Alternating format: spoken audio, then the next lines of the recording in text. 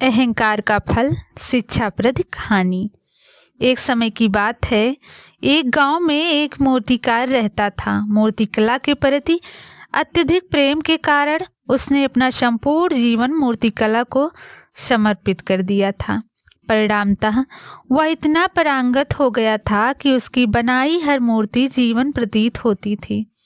उसकी बनाई मूर्तियों को देखने वाला उसकी कला की भूरी भूरी प्रशंसा करता था। उसकी कला के चर्चे उसके गांव में ही नहीं बल्कि दूर दूर के नगर और गांव में होने लगे थे। ऐसी स्थिति में जैसा सामान्यतः होता है वैसा ही मूर्तिकार के साथ भी हुआ।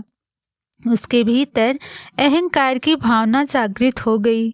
वह स्वयं को सर्वश्रेष्ठ मूर्तिकार मानने लगा।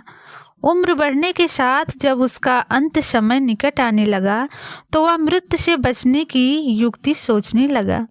वह किसी भी तरह स्वयं को यमदूत की दृष्टि से बचाना चाहता था ताकि वह उसके प्राण न हर सके।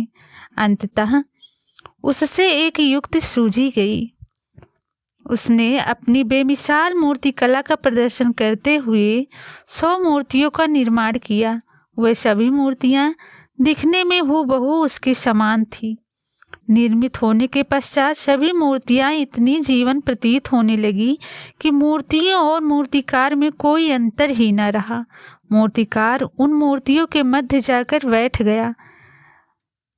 युक्ति अनुसार यमदूत का उसे इन मूर्तियों के मध्य पहचान पाना असंभव था। उसकी युक्ति कारीगर भी सिद्ध हुई। जब यमदूत उसके प्राण हरने आए तो 11 एक ही तरीके की मूर्तियों को देखकर चकित रह गए।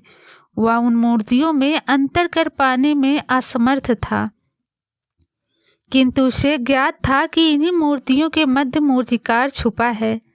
मूर्तिकार के प्राण हरने के लिए उसकी पहचान आवश्यक थी। उसके प्राण न हर पाने का अर्थ था प्रकृति के नियम के विरुद्ध जाना। प्रकृति के नियम के अनुसार मूर्तिकार का अंत समय आ चुका था। मूर्तिकार की पहचान करने यमदूत हर मूर्ति को तोड़कर देख सकता था, किंतु वह कला का अपमान नहीं करना चाहता था। इसलिए इस समस्या का उसने एक अलग ही तोड़ निकाला। उसे मूर्तिकार के अहंकार का बोध था, अतः उसके अहंकार पर चोट करते हुए यह बोला, वास्तव में सब मूर्तियां कलात्मकता और सौंदर्य का अद्भुत संगम है, किंतु मूर्तिकार एक त्रुटि कर बैठा। यदि वो मेरे सम्मुख होता तो मैं उसे उस त्रुटि से अवगत करा पाता। अपनी मूर्ति में त्रुटि की बात सुन अहंकारी मूर्तिकार का अहंकार जाग गया। उससे रहा नहीं गया और झट से अपने स्थान से उठ बैठा और यमदूत से बोला, त्रुटि असंभव, मेरी बनाई मूर्तियां सर्वदा त्रुटिहीन होती हैं। यमदूत की युक्ति काम कर चुकी थी। उसने मूर्तिकार को पकड़ लिया और बोला, बेजान मूर्तियां बोला नहीं करती और तुम बोल पड़े। यही तुम्हारी त्रुटि है कि अपने अहंकार पर तुम्हारा कोई बस नहीं। यमदूत मूर्तिकार के प्राण हर यमलोक वापस चला गया।